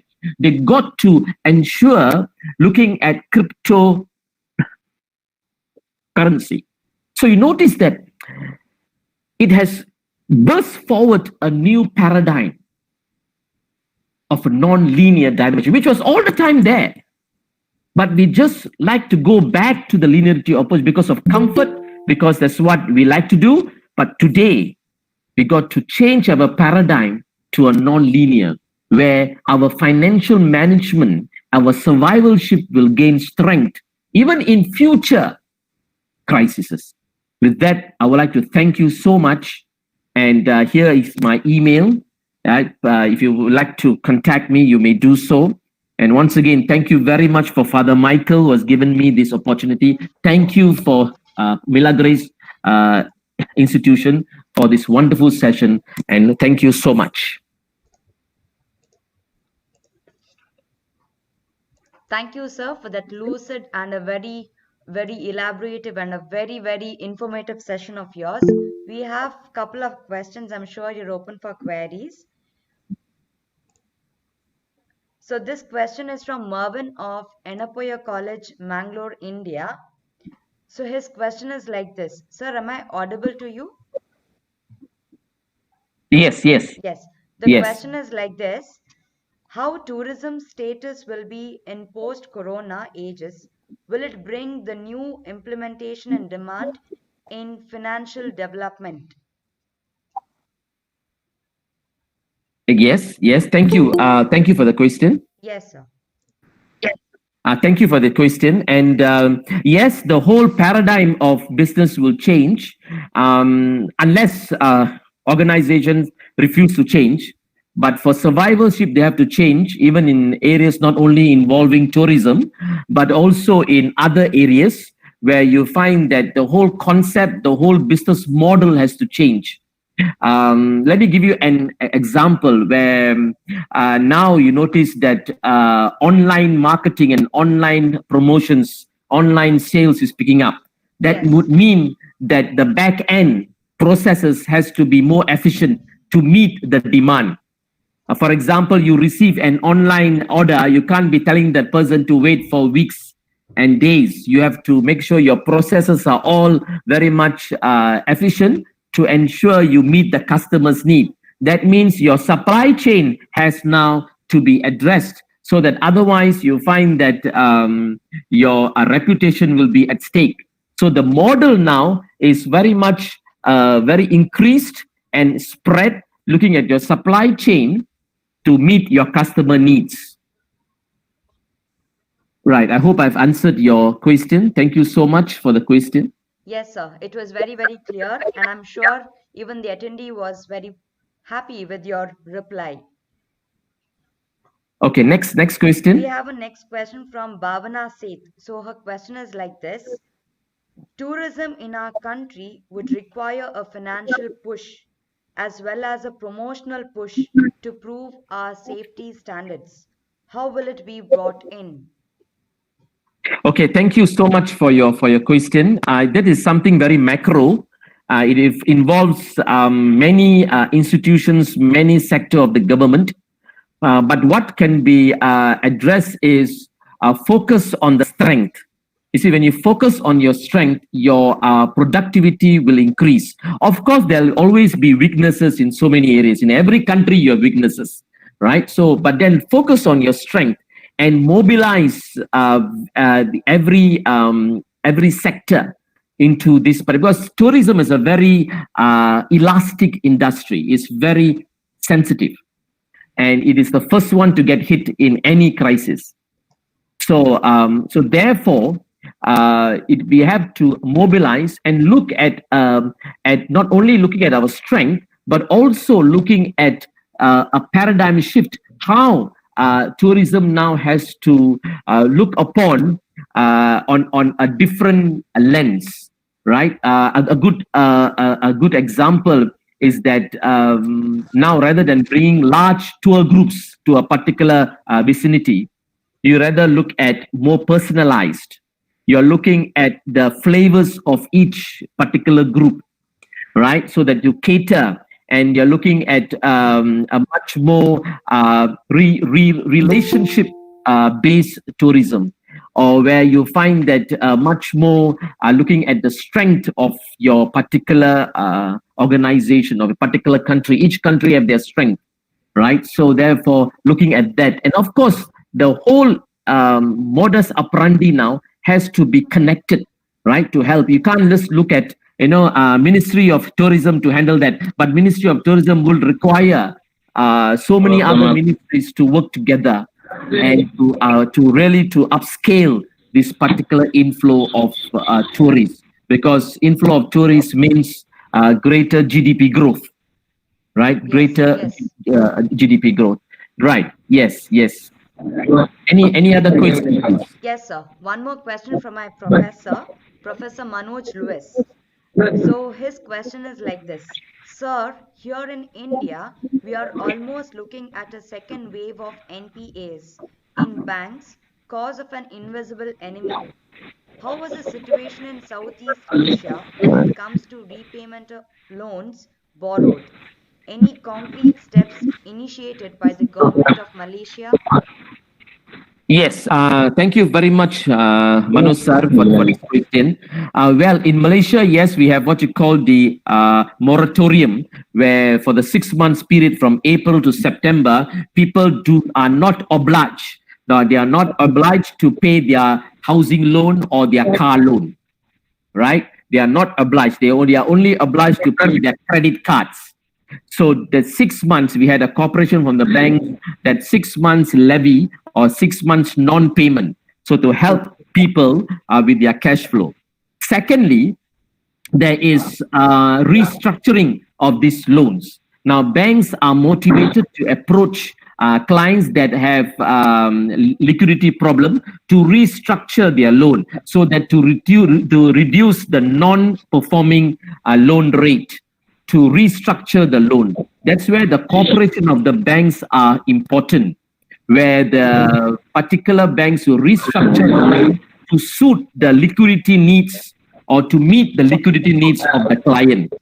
And of course, thirdly, is you notice that to reassess the relationships that banks have with their clients, where you find that clients sometimes they would prefer to restructure a while, although they have enough full paid assets. But what banks could do is that through this relationship, to say that instead of restructuring, they can also look at having greater collateral using their fully paid assets as their collateral to safeguard their loans. So you notice that that is one, and that is several. And one more thing as well is where banks will increase their spread of the loan. If the loan is 10 years, they increase it to 15 years or to 20 years so that the monthly installment will not be a burden to the particular consumer, right? And even for businesses, businesses are to banks normally approach businesses to reassess the business, to look at their viability over the next 2 to 3 years, so that how banks can help them to meet the financial obligations. So there's a lot of cooperation by the private sector and the government as well.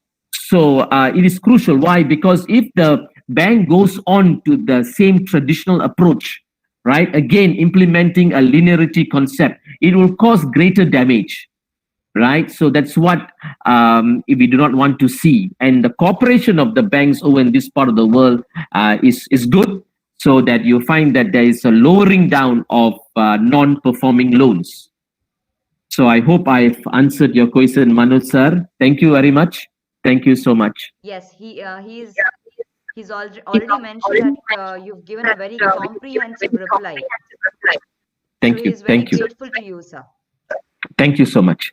So we have last one question from Madam Sharmila of Yanapaya College, Mangalore, India.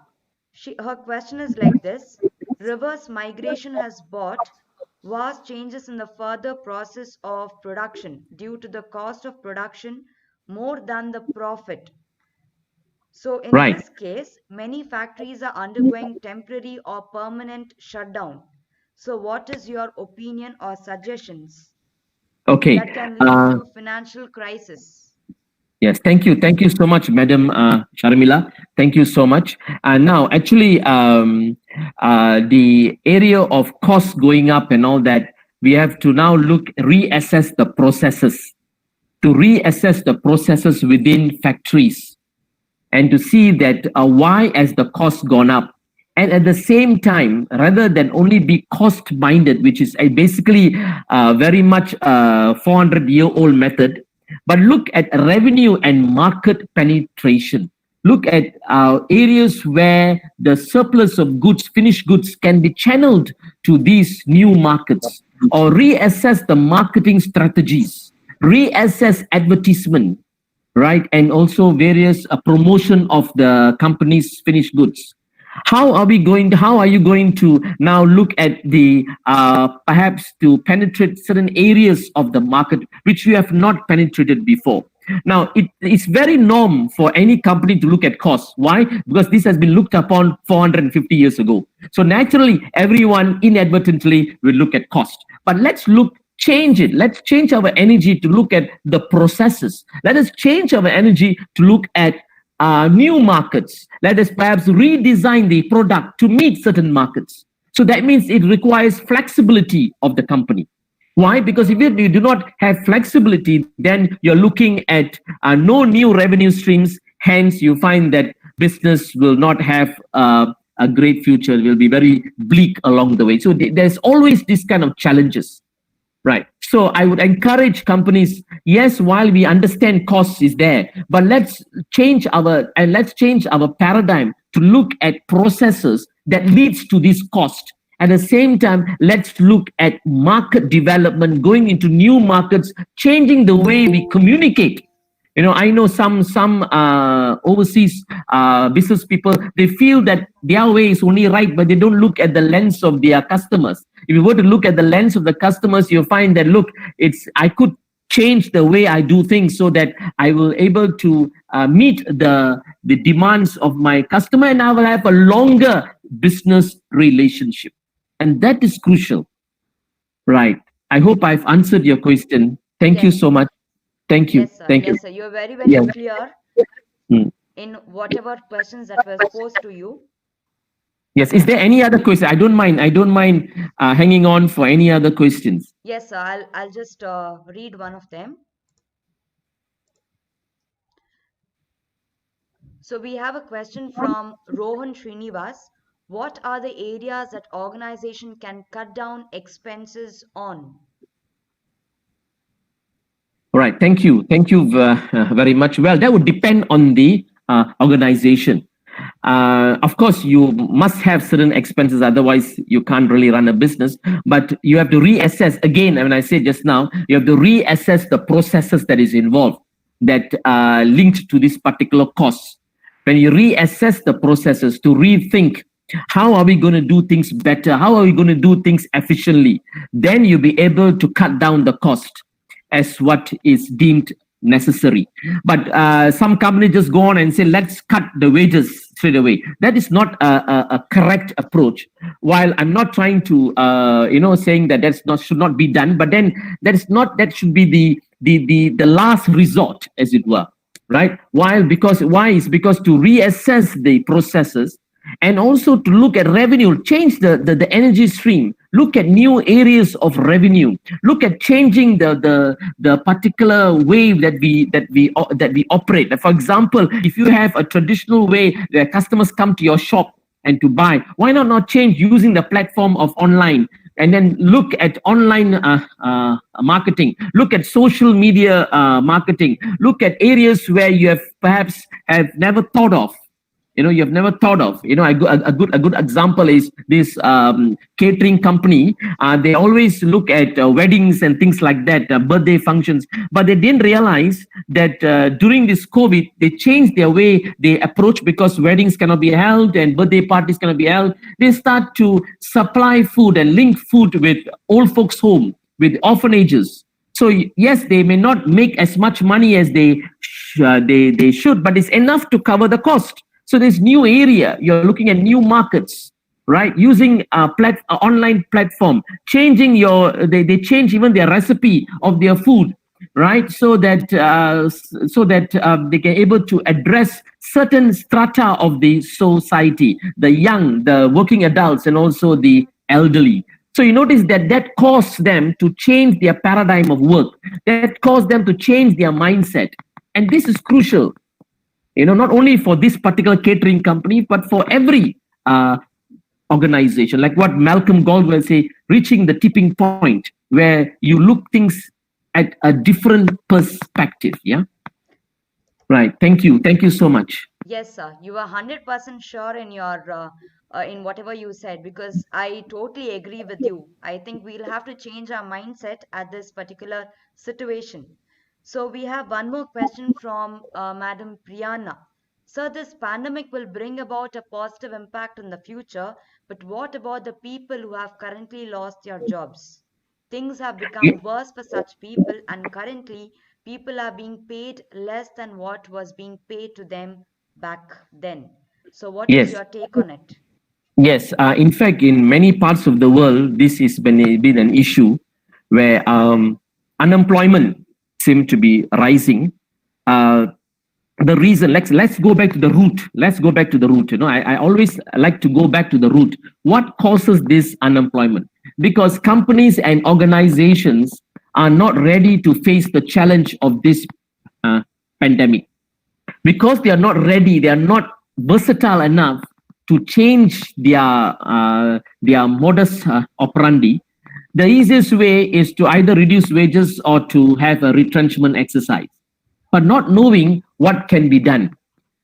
What measures can be done? Let us reassess. What about your retained earnings that you have earned over the years? What have you done with that? Right? As an organization, you would have definitely retained earnings. What are you doing with this retained earnings? This pandemic is only for 3 months, but you have been in operation, for example, the last 20 years. You've been in operation for the last 50 years. What happened to all these goodwill that you have cultivated? What happened to all these business deals that you have? And what happened to the various penetration of market which you have done over the last 20, 50, 60 years? So having this excuse is short-termism, right? Just a short-term thing saying that, look, I'm going to lay off, that's it. But then the question is, the organization themselves are having this kind of mindset which is damaging, actually. Damaging. I've been, students come to me and say that some companies are, don't give them time to rest and they have to work 7 days a week and things like that. Well, when I hear that, I reminds me of a slavery mindset. Of course, sometimes you may say that, it's not right to say that, but then in a slavery mindset, workers tend to be squeezed to the maximum. And you find that because they are squeezed to the maximum, their creativity skills are hampered. They won't be able to create new stuff. They won't be able to think in a dynamic manner. They can't even able to think out of the box. Why? Because they're so busy with their work, where employers are squeezing themselves to maximize whatever you are given, and that links in many parts of the world. That links to a poverty mindset. What do you mean by a poverty mindset? I'm not talking about poor people. No, I'm talking about the mindset, the poverty mindset. What are the exhibition or the character of a poverty mindset? Number one, you do not like to create new stuff. Number two, you do not want to think out of the box. Number three, you don't like competition. Number four, you or the organizer is very selfish. Number three, you are not willing to bless others. If an organization or a person were to have these characteristics, you have a poverty mindset. Now, because of that, with this mindset, we are going to work, right? For example, if I'm a boss of a company, a large company, with this mindset, I'm going to work. And what will be my particular output? My output is what I have in my mind. That's what I'm going to exercise. I will have the same poverty mindset to be exercised on all my employees. And that sprinkles down. And that's not a good thing. But then I'm as a boss or owner of the company, for example, I have this mindset with me. Not to bless others. I want to be selfish. I want to squeeze. These are all a poverty mindset. So the mindset had to change. I know it's a tall order. I know it may never happen even our lifetime. But these are the reality. These are the reality. Why? Because only in a harmonious organization you can prosper. Even only in a harmonized organization, you'll be able to give your maximum and your best. Our students come to tell me, they do not know which area of work are they supposed to do. They are so sort of confused, some of them, So I always share with them this particular analogy, whether they are able to find their promised land. What do you mean by promised land? A promised land is a place where no matter how much of pressure you are, you will always go back home smiling, and your particular peace, your inner peace will be felt in your hearts and minds. And you'll find that your productivity level will escalate when you are in the promised land. What do I mean by that? You are in a particular job or particular activity or particular business that you find inner peace. And that's where you know that you are in a promised land. And that is for all of us. We got to discover our own promised land. And it could be anything. Perhaps you have not thought about it. Maybe this is a good chance, perhaps after this seminar, to think about it. Have we reached our promised land? Or how do I reach my promised land? Well, of course, there's no particular program on that.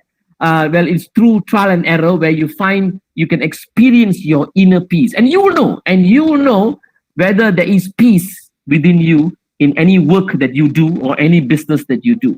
When you have that, you know that even a little that you put in, you know your productivity and your reward is phenomenal. Your reward is phenomenal. Right. I know I've spoken much more than what is required by the question. No, So sir. I We got my more input on your thought actually, and I'm sure everyone will sit back and think whether they've got their promised land or no. So I have one more question from Madam Subhashini. So she has a fear that many who are poor in his adoption will die. So any mode for such slow learners? So because of the yes. change, so she said that many will not be able to accept the change or accept that particular change in their life. So she's asking any mode for such slow learners. Yes, thank you. Thank you so much for the questions. Yes, we have slow learners or challenging or different students coming with different challenge. Yes, we do have. We cannot deny that. However, what we can do is that's where lecturers and various academics will play a role where they are able to help this student. Yes, it is a greater effort. Yes, it's beyond your comfort where, for example, we have students coming and we are supposed to take 4 to 5 subjects per semester. We tell them, we speak to their parents to say, can you take 2 subjects per semester instead? And normally a lecturer or a few academics get involved to nurture this particular student. And sometimes through this sharing of love and sharing of this nurturing process, this student will come out very much victorious. Why I'm saying that? Because I too have gone through a particular student of mine who is a slow learner. And I was able to guide this particular student until he has graduated, and now he's working for one of the top international banks in Malaysia. So it is very much the nurturing process and the patience that you need. And yes, it means going an extra mile. True, it is going an extra mile. And it is important. Why? Because you find that whether the students remembers you or not doesn't matter, but you have done a good noble deed. And you find that helping the student along the way, because he or she is a slow learner, you will able to see the growth and the process of learning for that student. Thank you. Thank you. I hope I've answered the question. Thank you. Yes, sir. One last question. I'll just club this question. It is from Madam Seema and Sandesh. So they have a more or less same question, I would say. So what will be the new avenues for our fresh graduates?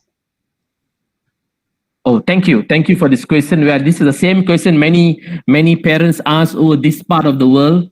Of course, technology will, of course, be the driving force. And you also find that areas of fintech, financial technology, blockchain, but to see it immediately happening may not be so soon in Asia. Asia will take longer time. If the US takes 5 years, Asia will take 15 years. So, but immediately what is crucial is, of course, we are still having this, what you call artisan knowledge. Artisan knowledge are knowledge that we apply. We basically learn what we learn, that is what our job is for. But this will go on in Asia for the next 10 to 15 years. Beyond that, there will be the technology breakthrough. So therefore, areas of very much in terms of multimedia, robotics, all this will come in Asia. Although countries like China and countries like many parts of Asia has already started robotics, but it's not really upscale yet. So it will take time because you have what you call robotics governance, where if the robot makes mistake, how to sue the robot in legal court. You can't sue a robot. So that means you must have a law. So therefore, so it is a long process still. Nevertheless, the way forward is getting involved in technology, in whatever. It can be in medical science. You still need technology, data science, data analytics, part and puzzle of your work. Even in marketing, you have data science. In accounting, you have blockchain now. Even companies like KPMG International, international auditor company, they are using blockchain to do their initial audits. So you notice that blockchain in many auditing companies are also being practiced. So technology is the forte now. And at the same time, also social aspects like counseling and psychology, because there are many challenges in terms of psychology among young people, right? The tendency of suicidal tendency of depression. So that area is another area that is huge potential, right? Huge potential. Yes. Yeah. Thank you. Thank you. Yes. Thank you. So I would say that patience and being positive among the fresh graduates is of utmost importance at the present situation. So thank you so much, sir, for having given us a very, very Thank you. informative Thank session. you. With folded hands, I thank you for being a part of our webinar. Over to our Vice Principal, Mr. Casson Rodriguez, to propose a vote of thanks.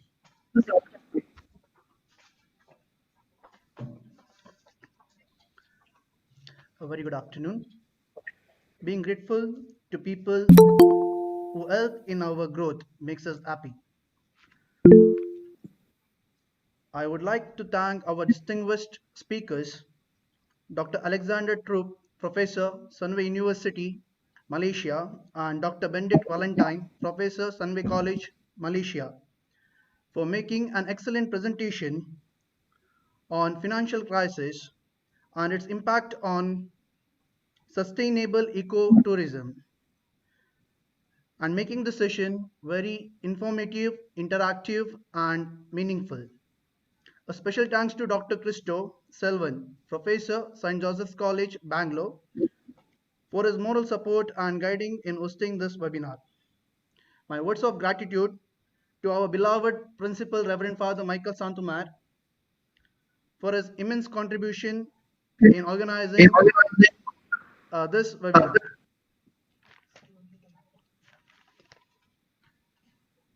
I am grateful to my organizing committee, IKSC coordinator Mr. Denzel DeCosta, Ms. Eva Manorama, department head of the department, and technical assistant Mr. Roshan and Mr. Raisin, and my dear staff members for their cordial cooperation. I would like to thank all the participants of various institutions who have responded in great number to this webinar. Thank you, dear participants. Finally, I request all our participants to be posted in the group, as very soon we are coming up with another webinar. Thank you all. I now request Mr. Denzel DeCosta to share the feedback link.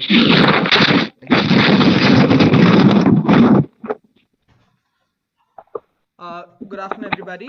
Now I'll be sharing the link on the chat box of Google Meet, as well as the chat box of YouTube. And in some time also, if required be, we'll be sharing the link on the WhatsApp groups as well. So I kindly request every single person who has registered to the program to kindly give a feedback, and the certificate will be issued only to the participants who have given the feedback. So thank you once again, and thank you for attending this international webinar. Yeah, the link for the feedback form will be open for only 4 hours from now. I repeat, only 4 hours from now. So now here it is 1:21 Indian Standard Time. So 4 hours from now, we'll be closing down the link for the feedback form. Thank you. I'm just posting the link now. It's in the chat box. Please go through it. Thank you. Thank you, one and all.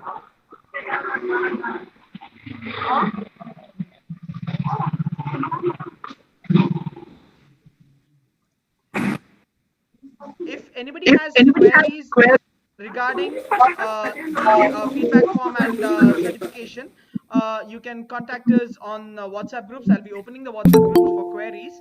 I request you to kindly make sure that your forms are filled, the certificate will be sent to you within 10 working days of this webinar. Thank you, one and all.